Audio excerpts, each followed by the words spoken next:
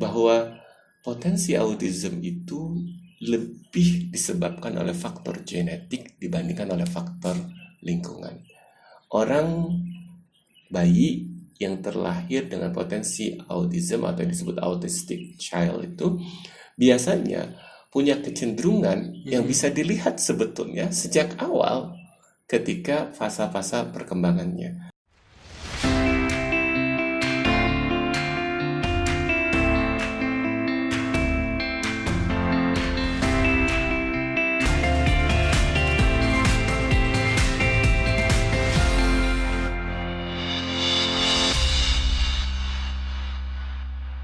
Yang mengikuti tes ini tuh siapa aja sih Pak yang boleh Pak? Dari usia berapa aja? Kalau mau tes pribadi, karena ini sifatnya all age assessment, jadi semua orang boleh melakukan tes. Tapi kalau berdasarkan data biometrik yang ada, memang efektif baru bisa dilihat dilakukan tes itu sejak bayi usia 3 bulan. Jadi seperti kita tahu bersama bahwa sidik jari kita itu polanya berubah-ubah. Jadi tetapi itu di masa awal perkembangan.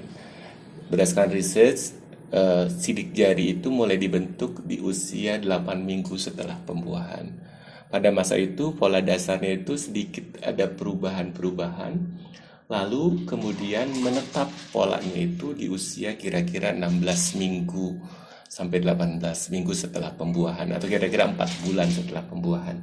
Nah, researcher melihat bahwa bersamaan dengan menetapnya sidik jari itu, basic drive itu cenderung menguat.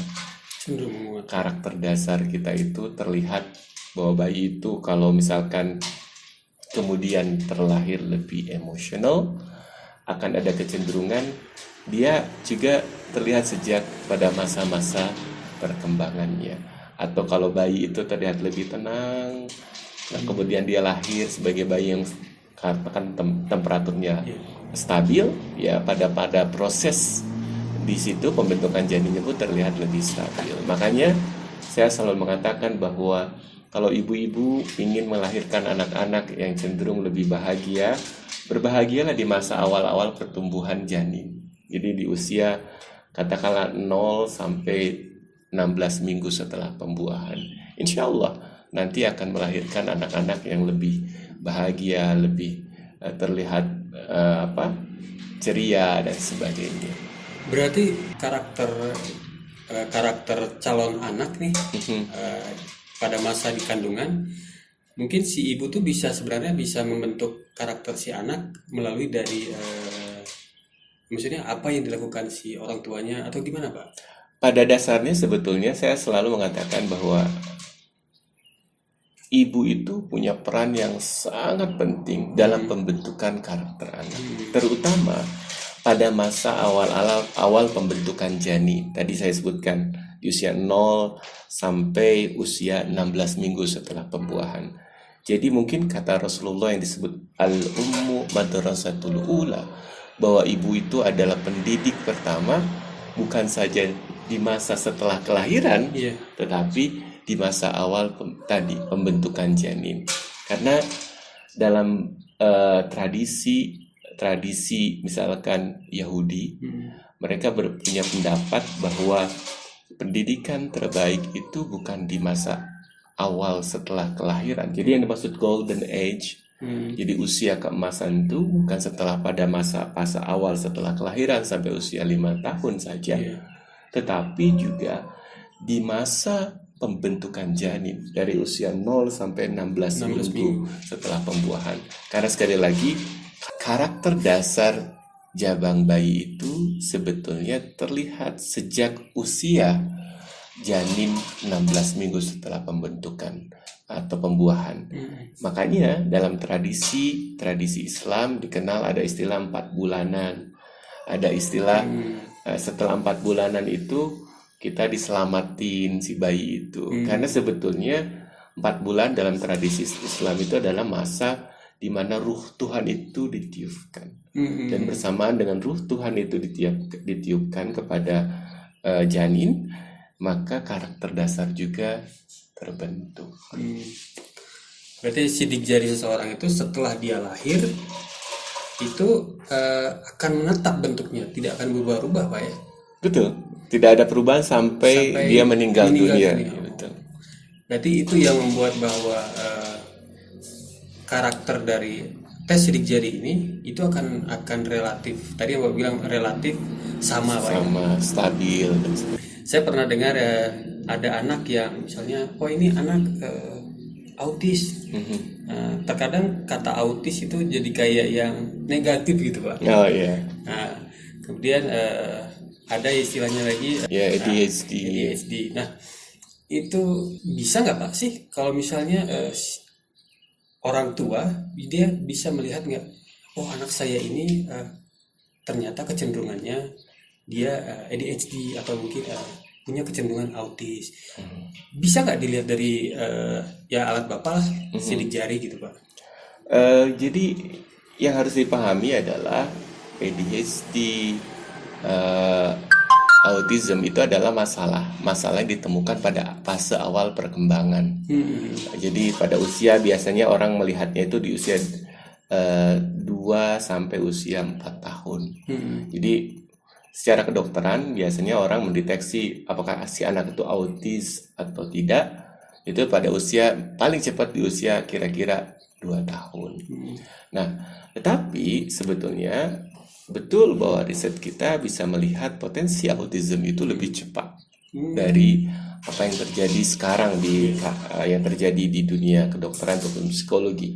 Jadi kita bisa mendeteksi apakah seseorang itu memiliki potensi autism yang acute, yang disebut yang tadi yang severe ataupun tidak, itu dilihat pada usia kira-kira 3 atau 4 bulan setelah kelahiran. Pertanyaannya kenapa bisa? Karena sebetulnya ini berdasarkan hal yang menarik menurut saya, bahwa potensi autism itu lebih disebabkan oleh faktor genetik dibandingkan oleh faktor lingkungan.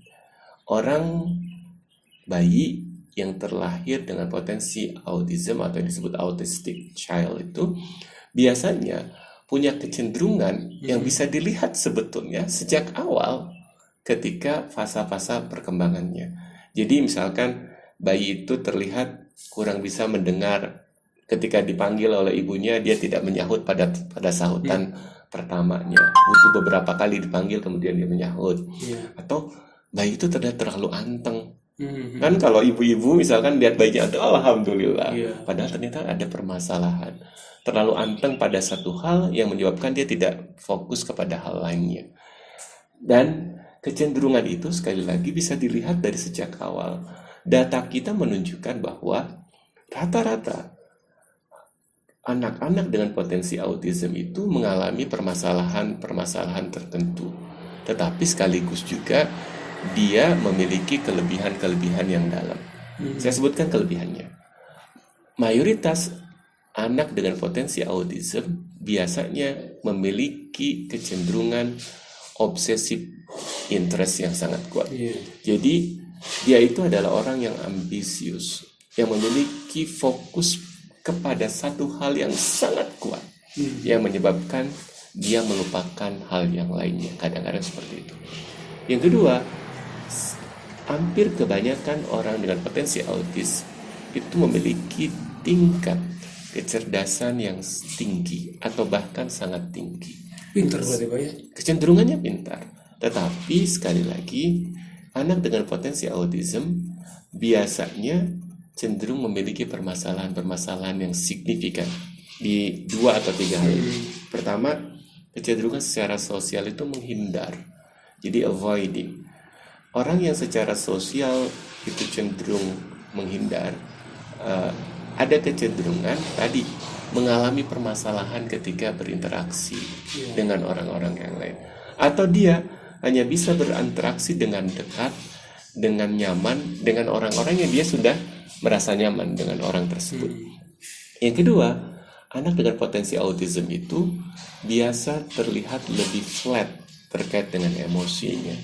Sehingga ada kecenderungan orang tua pada fase itu seringkali kurang mengerti apa maunya si anak.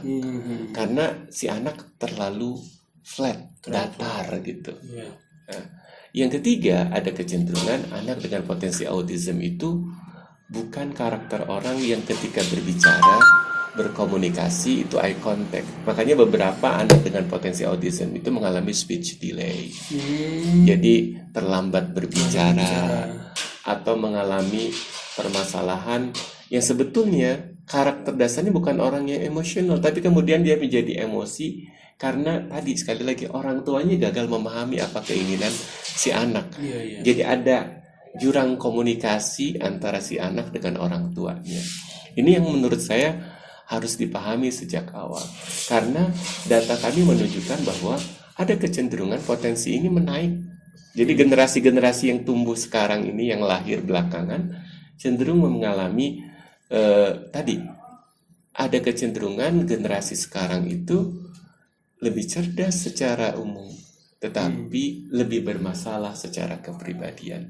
Jadi permasalahannya bukan karena faktor emosi semata, tetapi sekali lagi lebih banyak dikarenakan generasi-generasi sekarang itu lahir generasi-generasi yang lebih apatis secara sosial, cenderung menarik diri secara sosial, tidak terlalu empatik terhadap orang-orang sekitarnya. Gitu. Berarti kalau orang tua nih yang tes menggunakan Priyadi, kemudian dia tahu, wah anak saya ada kecenderungan autis nih, itu kalau dari Priyadi sendiri Pak, apakah diberikan rekomendasi atau mungkin saran untuk si orang tua bagaimana untuk mengatasi atau menghadapi anak yang autis gitu Pak? Betul, ada saran-saran khusus yang kita anjurkan kepada orang tua. Utamanya terkait dengan bagaimana tips untuk bisa membuat si anak itu lebih bisa tumbuh kembang dalam kebahagiaan. Ada data yang menunjukkan bahwa kalau anak-anak yang autis itu biasanya memiliki orang tua dengan kecenderungan yang relatif sama, dekat. Secara garis besar memang berasal dari jurusan teknik biasanya. Jadi karena memang orang yang masuk ke jurusan teknik kecenderungannya lebih serius, lebih selektif secara sosial, lebih detail. Itu yang kecenderungan karena ini data genetik. Beberapa anak autis itu justru berkembang atau dilahirkan dari orang tua yang memiliki kecenderungan teknikal yang kuat juga.